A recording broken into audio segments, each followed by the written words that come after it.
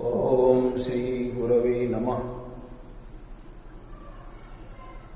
उपस्थित भाइयों बहनों, आप सब लोगों का इस कार्यक्रम में भाव भरा अभिनंदन है। आइए हम सब लोग सत्संग की चर्चा करें। सबसे पहले गुरु का ध्यान करते हैं।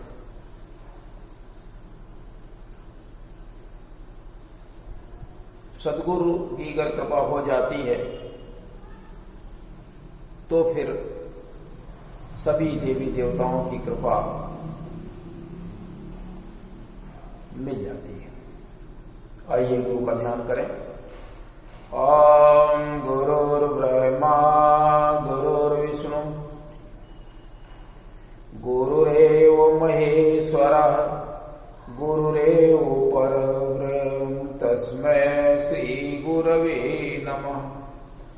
अखंड मंडलाकारं व्याप्तं येन चराचरं तत्पदं दर्शितं येन तस्मै श्री गुरवे नमः।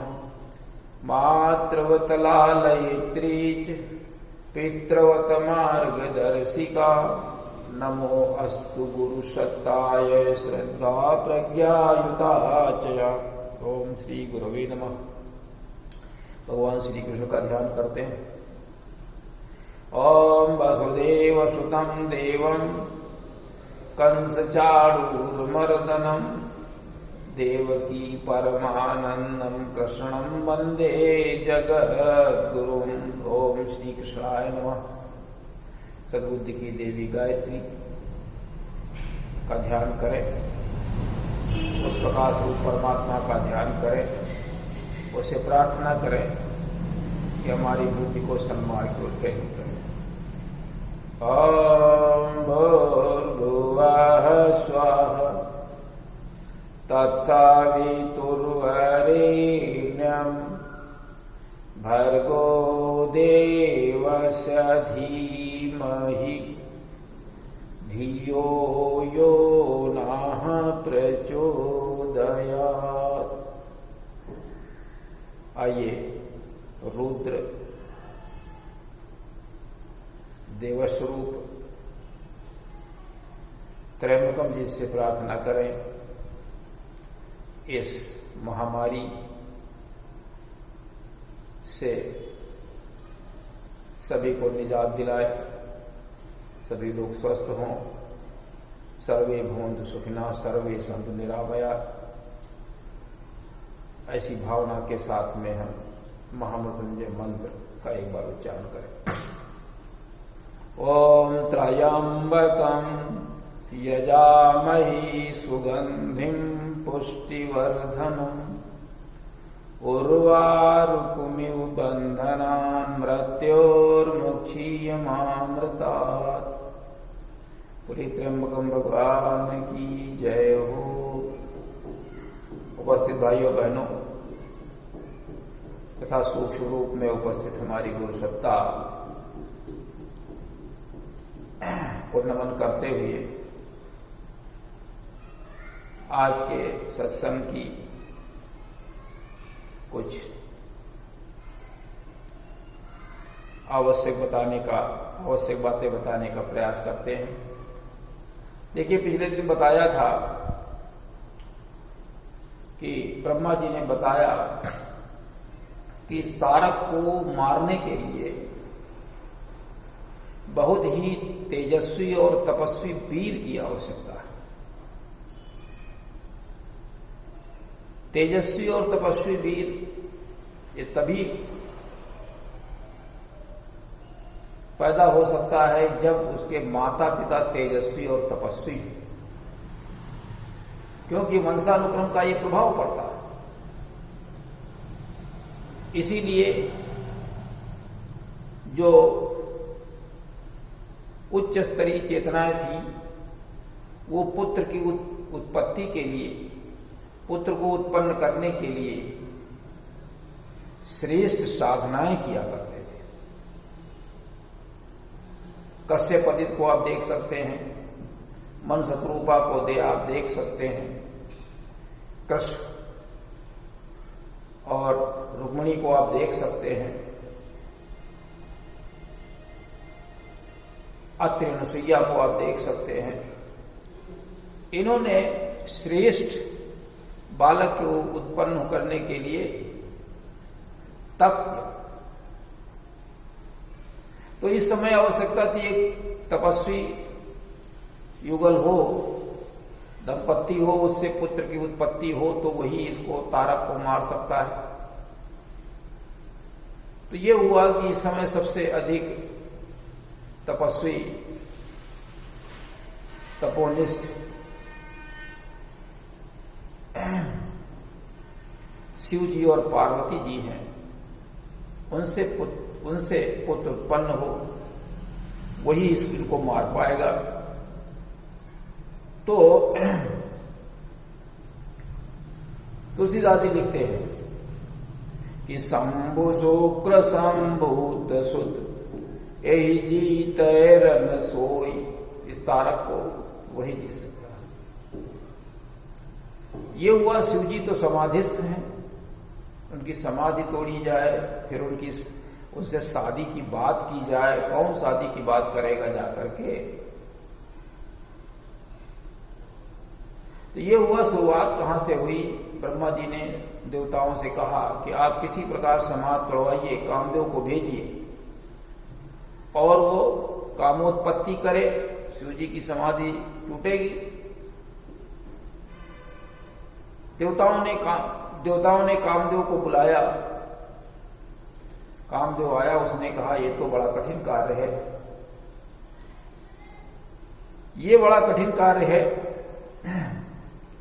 इसमें मेरी कुशल नहीं है, मृत्यु भी हो सकती है।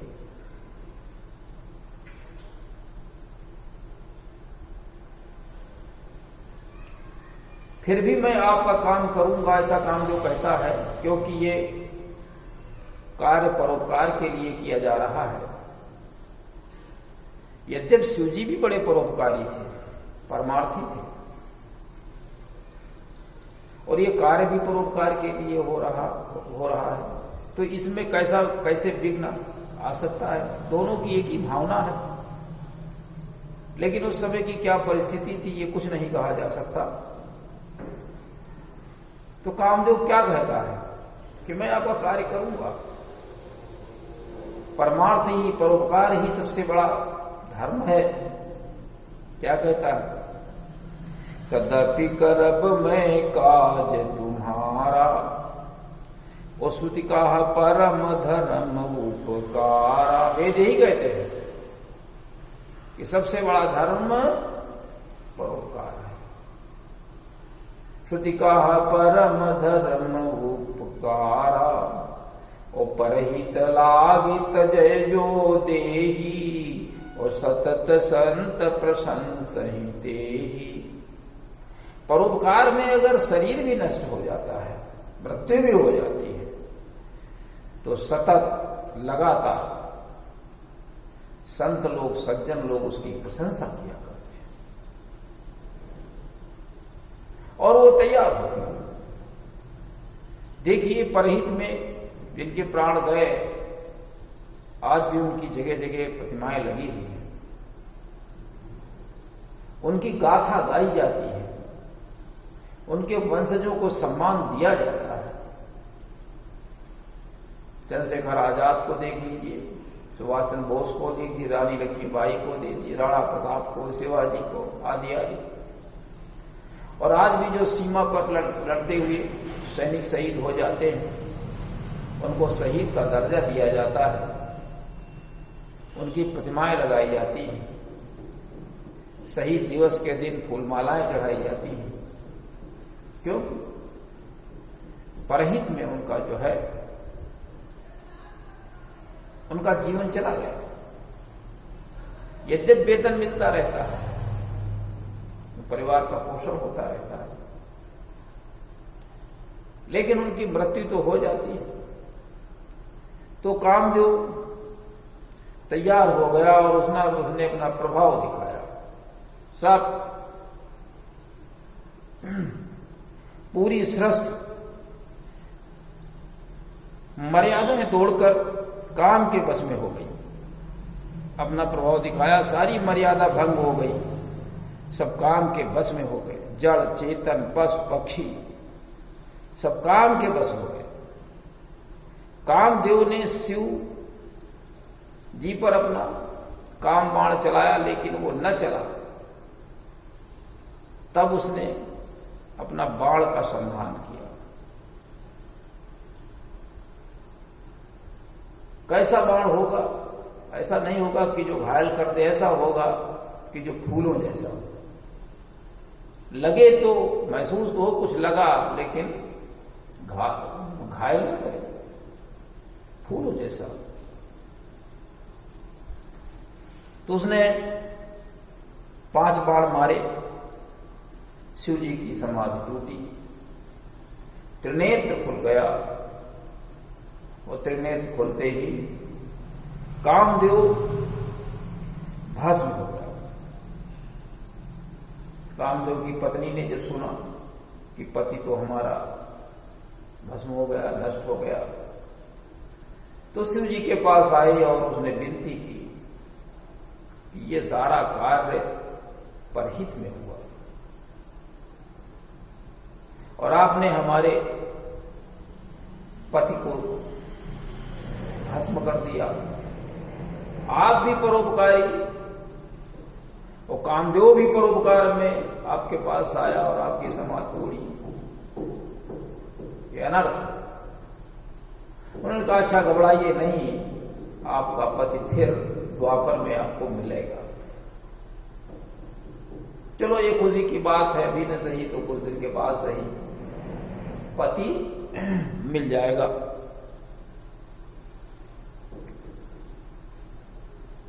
फिर इसके बाद सारे देवी देवता, ब्रह्मा जी भी शिव के पास आए। अब उन्होंने सोचा हम कहें कैसे कि आप विवाह कर लीजिए, शादी कर लीजिए। तो उन्होंने कहा कि हम सब लोग आपकी शादी देखना चाहते हैं। मतलब सीधी बात न कह करके इस प्रकार, निज नयन देखा चाहि नाथ तुम्हारे विवाह, तुम्हारा विवाह देखना चाहते हैं। अनुनय विनय की। शिव जी ने विवाह की बात स्वीकार कर ली। सप्त ऋषियों को देवताओं ने हिमांचल के यहां भेजा। सारे सप्त ऋषि सबसे पहले पार्वती जी के पास गए।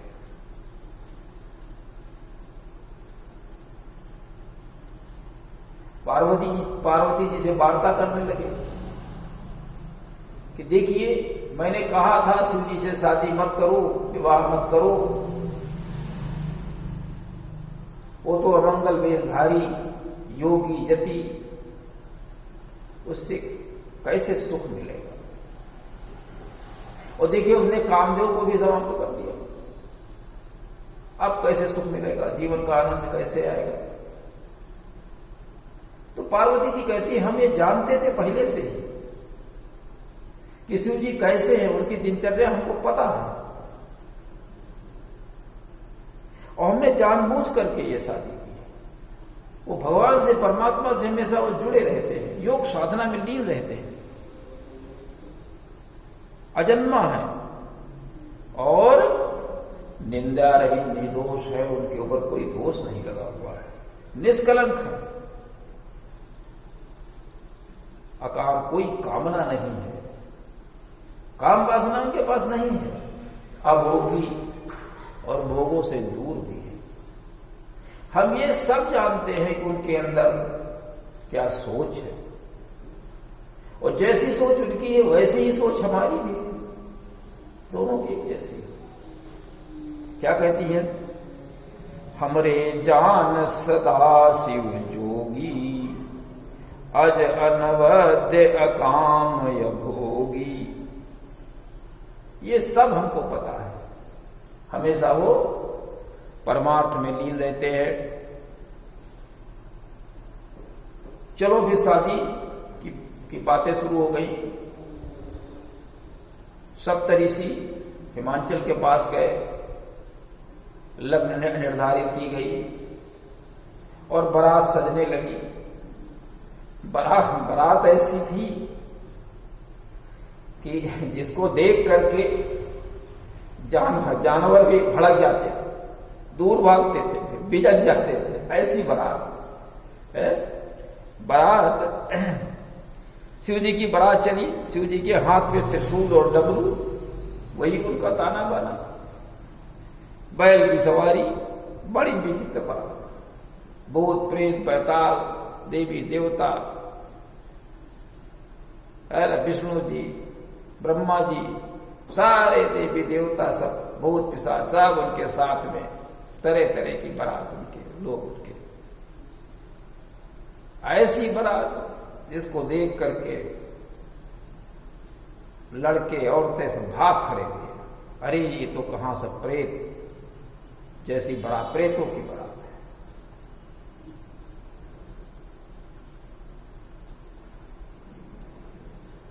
बारात जैसे ही पहुंची जनवासे, देखा ये हाल, मैना भी परेशान। कितनी मेरी सुंदर पुत्री पार्वती और ये कितना अमंगल वेशधारी नंगा ये पति, इसके साथ में अपनी लड़की की शादी नहीं करें, किसी की बात नहीं करें। मर जाऊंगी, लड़की को भी मार डालूंगी, साथ में पर्वत से कूद जाऊंगी, पानी में डूब जाऊंगी, ये सब मैं, लेकिन शादी। अब समस्या खड़ी हो गई। शादी हो तो कैसे हो, होनी तो अवश्य है। तो फिर नारद जी को बुलाया गया। हिमाचल जी नारद जी को ले घर गए। उन्होंने कमैना को समझाया कि ये तुम्हारी पुत्री ऐसी वैसी पुत्री नहीं है, ये हमेशा शिव जी के साथ में रहती। इससे पहले ये सती थी और सीता का रूप बना लिया तो शिव ने परित्याग कर दिया, फिर आप घर में जन्मी। तो इनको रहना तो उन्हीं के साथ में है, क्योंकि ये उनकी अर्धांगिनी है और उनकी सहयोगी भी है।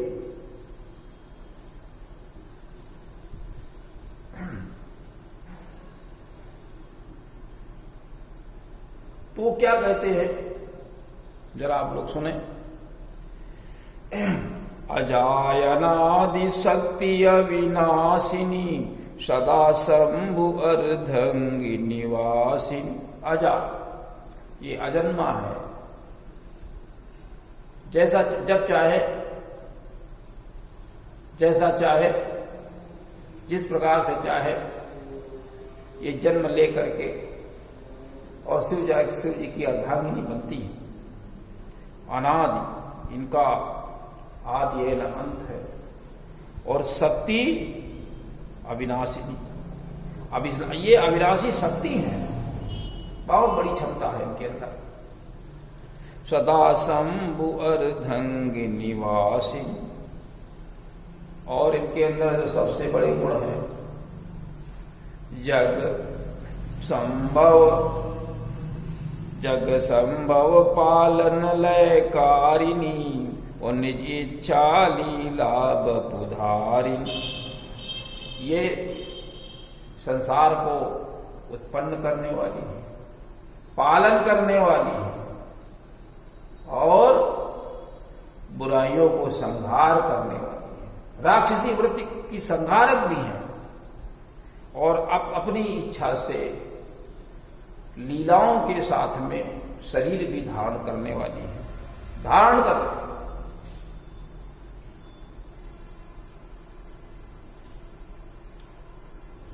कहने का अर्थ यह है कि पार्वती जी के अंदर भी सीता के समान ही अपार क्षमता, पार शक्ति थी। उत्पत्ति का भी कारण थी और पालन करता भी थी और संहारक भी थी। तीनों गुण थे, तीनों गुण सीता जी में भी थे।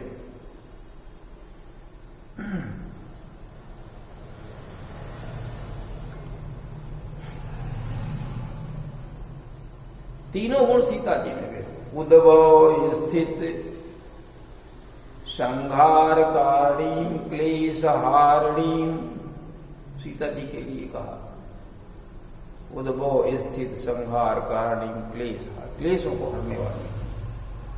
वही पार्वती जी के लिए भी है जग